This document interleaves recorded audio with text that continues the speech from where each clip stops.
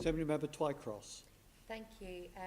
Croydon Council's been doing everything they can to tackle knife crime, which has been a particular issue in the borough, and has committed £250,000 to support young people in the borough to make positive choices. The local police force and the council have also run an engagement campaign which saw police and council go into the shopping centres in Croydon to talk directly to the community. The Deputy Mayor for Police and Crime, Sophie Linden, visited the borough last month and has praised the strength of their knife crime plan. How will you ensure that best practice, such as the work that is being carried out in Croydon, is shared between boroughs?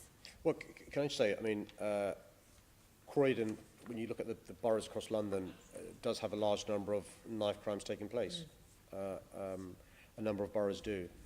And we think actually the work Croydon Council are doing is very impressive. There's been a reduction actually in knife crime in Croydon in the recent past, in the last year, which is in the context of knife crime across the country going up. That is quite impressive. And it doesn't happen by itself. It happened because of the work you alluded to. Just to give you, you mentioned some of the examples of good practice which we've seen.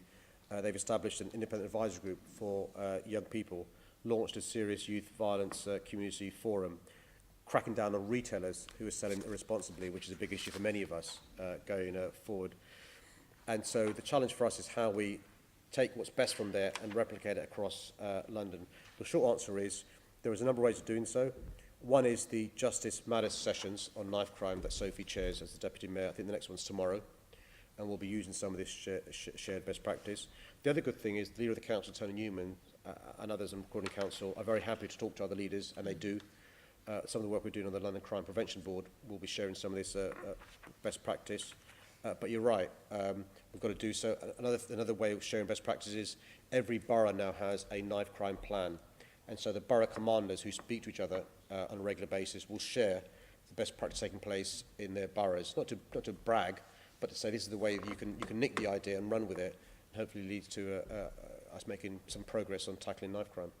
Thank you. And on Tuesday you announced £50,000 of funding to the Croydon BME Forum to provide activities for people affected by knife crime in Croydon. Do you agree that grassroots organisations are best placed to deliver knife crime initiatives? Oh, absolutely. I mean, Sarah Jones, one of the local MPs, has made that point forcibly to me, as is the council, which that we've got to make sure we go to the grassroots groups. They've got the credibility, they've got the access, and that's why the point I was making in answer to a previous question from Len. Often, not criticism, often the groups that get the funding are great, but they're the usual suspects. The more challenge for us is to reach groups who in the past haven't got funding, who do a great amount of work, and for them, just a small sum of money can make a massive impact. And so, of course, we'll be supporting grassroots groups in Croydon and across London as well. Thank you.